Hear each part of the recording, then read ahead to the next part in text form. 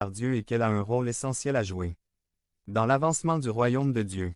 Si vous êtes parents, écoutez bien ces mots de Monod. Vous êtes les premiers pasteurs de vos familles. Vous avez charge d'âme.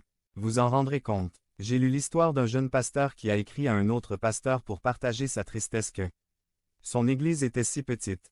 L'autre pasteur, plus âgé, lui a répondu. Si tu penses au fait que tu es redevable à Dieu pour chaque membre de ton église, tu ne te plaindrais pas d'avoir si peu de membres. Je sais qu'il y a des personnes dans cette salle qui aimeraient avoir des enfants. Votre souffrance est réelle et je ne veux pas la diminuer. Néanmoins, le constat est vrai que si vous n'avez pas d'enfants, vous n'allez pas rendre compte à Dieu pour la façon dont vous avez façonné et modulé la vie des personnes qui vivront quelque part pendant toute l'éternité. Nous qui sommes parents avons une responsabilité effrayante.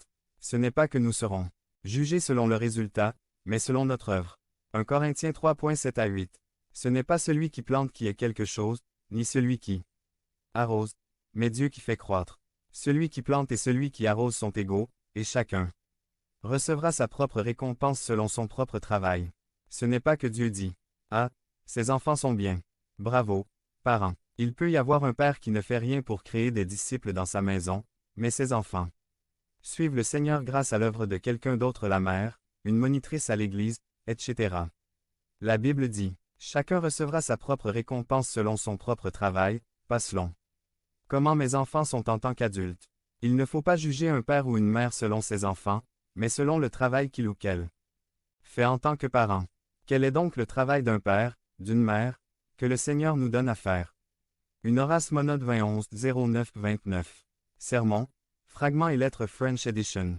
Kindle location 595 à 608.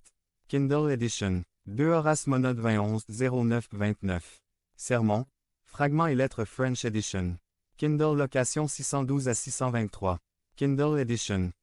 L'obstacle à éviter. Éphésiens 6.4. Et vous, père, n'irritez pas vos enfants. Ce même mot irriter est traduit en Romains 10.9 provoquer la colère.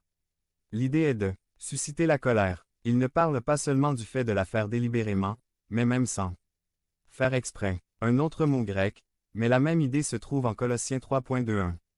Colossiens 3.21. Père, n'irritez pas vos enfants, de peur qu'ils ne se découragent. Un père qui observe lui-même et ses enfants verra probablement comment il les provoque à la colère. Ceci est vrai pour toutes les relations. 2 Timothée 2.24. Il ne faut pas qu'un serviteur du Seigneur ait des conflits. Il doit au contraire être plein de bienveillance envers tous, capable d'enseigner et de supporter l'opposition. SG 21. On sait bien qu'il y a des choses qui peuvent le provoquer à la colère. Le fait d'être déraisonnable.